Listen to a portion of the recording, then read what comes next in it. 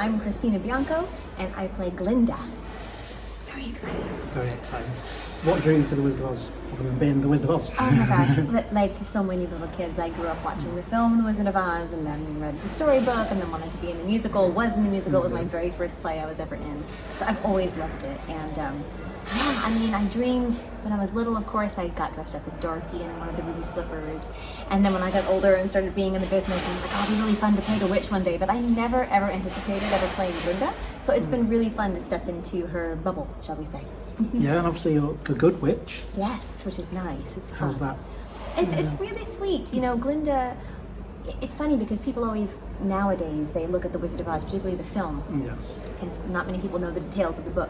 And they watch the film and they're like, where'd that Glinda? Yeah. She really messed everything up for Dorothy. Like, Yeah. she should have just been like, you could take those shoes home right now. Yeah. So what was her ulterior motive? What didn't she tell her? And so we can't rewrite the script and put it all into the show, but I and Nikolai and the rest of the cast, we figured out why Glinda does what she does know, what she doesn't know. And that's the thing. I mean, Glinda is a very good witch, but it doesn't mean that she's all-knowing. You know, Yes. Glinda and the Wicked Witch of the West and the poor dearly departed Wicked Witch of the East, they all think that the wizard is the most fabulous wizard, and then we all find out in the audience that he's not what he seems. So they're imperfect. So we're playing that.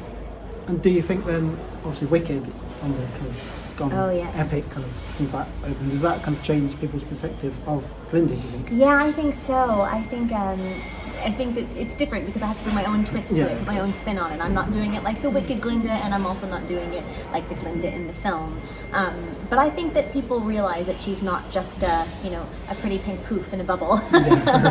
I think that they know that she's got more to her, and in the show, our relationship between the Wicked Witch and Glinda is very much what's on the page. Where we're not telling the story of Wicked in this, so it is our own individual story of the Witches of Oz as it serves Dorothy in this particular story. And then how do you get, I know obviously you're in the rehearsals, is it how then you get into the costumes? Is it that when you were in the moment? Yeah, I mean, I've had some fittings, it's very exciting. Everyone's excited here at the Curve, it's always noisy, there's always stuff going on. Yes. It's truly fabulous. Yes. But yeah, it's interesting because once you're in the rehearsal room about 2-3 weeks, we all start to then wonder, how is this all going to be affected by costume? And with mine, it's not quite a secret that Glinda typically wears something a little bit poofy and frilly, so but mine is not what you expect. And in fact, it's not really what I expect, so it's all about finding what I've built as the character so far, and then what you always find in a show is sort of literally stepping into the shoes, the costume shoes, and the wig, and the outfit is going to bring my Glinda to a whole another level. And I don't think I'm giving too much away to say that she will be in a lot of pink. We're going with pink. I ride a pink Vespa. Obviously, as you touched on the Vespa, I saw it a little bit earlier. Thank you.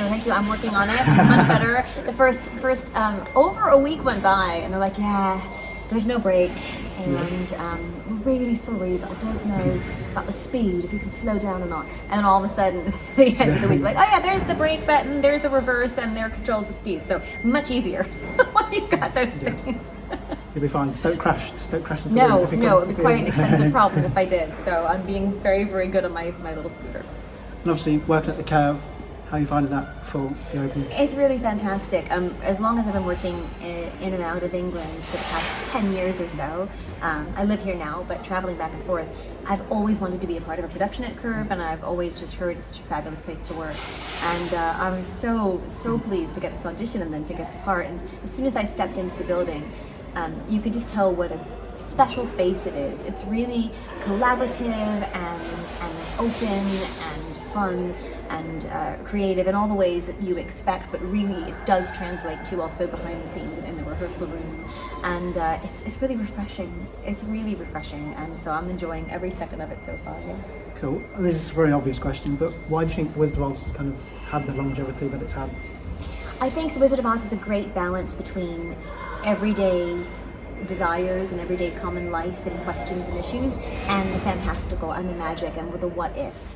As something that just takes place in the fantasy world, we can sort of separate from real life, and we're always trying to find that balance. So I think The Wizard of Oz appeals to the adult and the child in all of us. I was trying to think of some more fun questions to ask Okay. earlier. I'm ready. But if you were on a yellow brick road of your own, Okay. where would you want the destination to be? Oh, be really cheesy and just say my home is with my husband and my dog. And I say that because for so long I was traveling around the world doing concerts and performances away from my family, and so now this story of trying to figure out what home is, for me it didn't matter where in the world it was, but just that my people were there, or I should say my pup was there too. So so I'm feeling very emotional about that. Even doing this show now, it's like the fact that my family's only a short train ride away as opposed to across an ocean is great. But you're probably looking for a more fun answer. So if my husband and dog could be on the yellow brick road waiting for me, say in like Bruges or something. I've never been to Brussels or Bruges. Yes. I've never been to Vienna. I've always wanted to go to Switzerland. Yeah. So like basically, I'm in the right area of the world for all these trips. Like a worldwide cruise. I kind of. Basically. I like cruising. I like to perform on cruises, but I really like cruising. So the road's better for me. Turn into a ship now. Yeah. I love it. And if you could ask the wizard for anything in your real life, what would you ask for? Just like 3 extra inches of height would be great. Just for a couple of days to know what it's like to not have to look up at everyone would be great. It's funny, I own my height and I like it very much, but whenever somebody says, it's like, just to be tall for a day. So that might be my wizarding wish. That is a solid wish. My last question is for you. Why should anyone come and see this production of The Wizard of Oz? This production of The Wizard of Oz is truly, truly special because you're getting the story and the music and all of the things that you know and love, but presented in a new and fresh and exciting way. So nobody can roll their eyes and say, The Wizard of Oz again? Not that. But I also have to say, we're not changing it so much. People are going to go, what was that? That wasn't The Wizard of Oz. I think we're striking a really great balance, appealing to a new audience and also the audience that's sort of the Wizard of Oz purist. So it's going to be very, very special. You don't want to be that person that said, I wish I'd seen that. So come see us. Amazing. Well, thank you for your time. The Wizard of Oz tickets are on sale from the Curve website. I will link it down below.